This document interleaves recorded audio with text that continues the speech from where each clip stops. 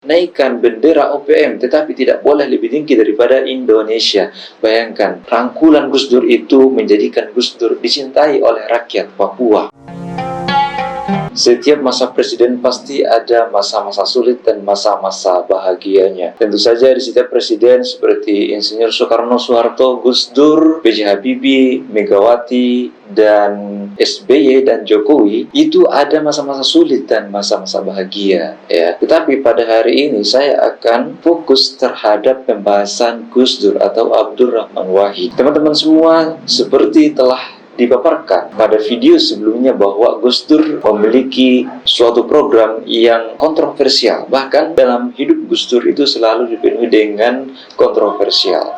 Kontroversial di sini tentunya tidak sama dengan kontroversial pada tokoh-tokoh yang lain. Gus Dur adalah bapak bangsa, guru bangsa, seorang bapak pluralisme Indonesia. Kan Konghucu menganggap Gus Dur ini sebagai dewa atau nabi dalam komunitas Konghucu di Indonesia, sebab Gus Dur melegalisasi kelompok Konghucu di Indonesia. Ada satu kebijakan atau program yang dilakukan oleh Gus Dur ketika menjabat sebagai Presiden Indonesia, yakni sering pelesiran ke luar negeri selama menjabat. Bahkan dalam kurun waktu 3 bulan, hampir semua mitra ekonomi Indonesia dikunjungi oleh Gus Dur. Salah satu kegiatan yang kontroversial juga dilakukan oleh Gus Dur, yakni berkeinginan untuk menjadikan Israel sebagai mitra atau menjalin hubungan diplomatik dengan Israel. Padahal kebanyakan di Indonesia itu menganggap Israel ini sebagai penjajah, sama seperti negara-negara barat di Indonesia di masa dahulu.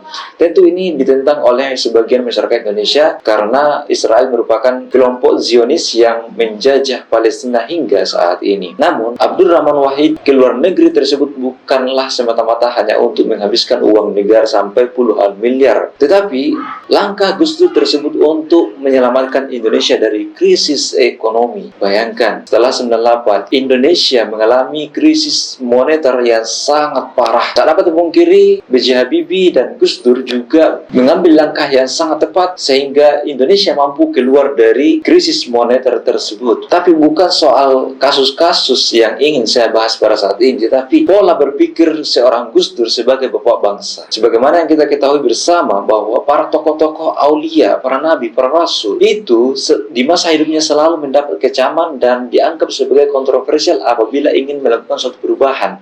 Sama seperti Gus Dur di masanya, cara berpikir Gus Dur tidak sampai pada masyarakat yang hidup pada saat itu, sehingga kata-kata Gus Dur itu terbukti setelah masa-masa Gus Dur hidup. Sama seperti para nabi dan rasul, di masa hidupnya bahkan ada yang sampai dibunuh karena kontroversialnya di masa hidupnya. Tetapi apa yang dikatakan oleh rasul dan para nabi terbukti di masa setelahnya. Nah, kita kembali ke Gus Dur, bahwa Gus Dur ini merupakan tokoh politik, dia adalah tokoh agama, dan dia juga tokoh demokrasi Indonesia. Dengan kebijakannya, Gus Dur mampu mengangkat harkat dan martabat Indonesia, mampu menyatukan NKRI yang sedang terkoyak-koyak pada saat itu, terutama di Papua sana itu. Ketika para KKB memberontak, maka Gus Dur merangkul dari sisi kemanusiaan. Silakan naikkan bendera OPM, tetapi tidak boleh lebih tinggi daripada Indonesia. Bayangkan, rangkulan Gus Dur itu menjadikan Gus Dur dicintai oleh rakyat Papua. Jadi, pemikiran seorang Gus Dur itu lebih maju dibandingkan dengan orang-orang di masa sebelumnya. Oleh sebab itu, sangat tidak layak untuk mengecam seorang kiai yang puluhan tahun menimba ilmu di Timur Tengah dan pulang ke Indonesia dan mengaplikasikan ilmunya terhadap Indonesia.